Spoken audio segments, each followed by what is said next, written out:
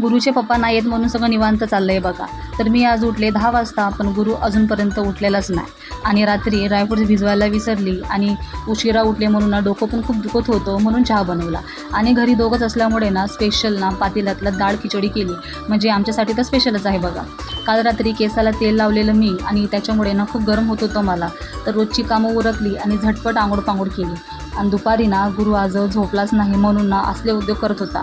आणि समोरच्या खिडकीतून ना उजेडाचा ठिपका पडत होता, तर त्याला तो सर्कल आहे ना असं मला सांगत होता. त्यानंतर एक लाडू वरपला आणि काल संध्याकाळी मी ना पनीर आणलं होतं, तर त्याचीच मी थोडीशी भाजी केली. आणि रात्री त्यात गुरुचे पप्पा पण आज रात्रीच येणार होते, तर त्यांच्यासाठी पण थोडं जेवण शिल्लकच बनवलं.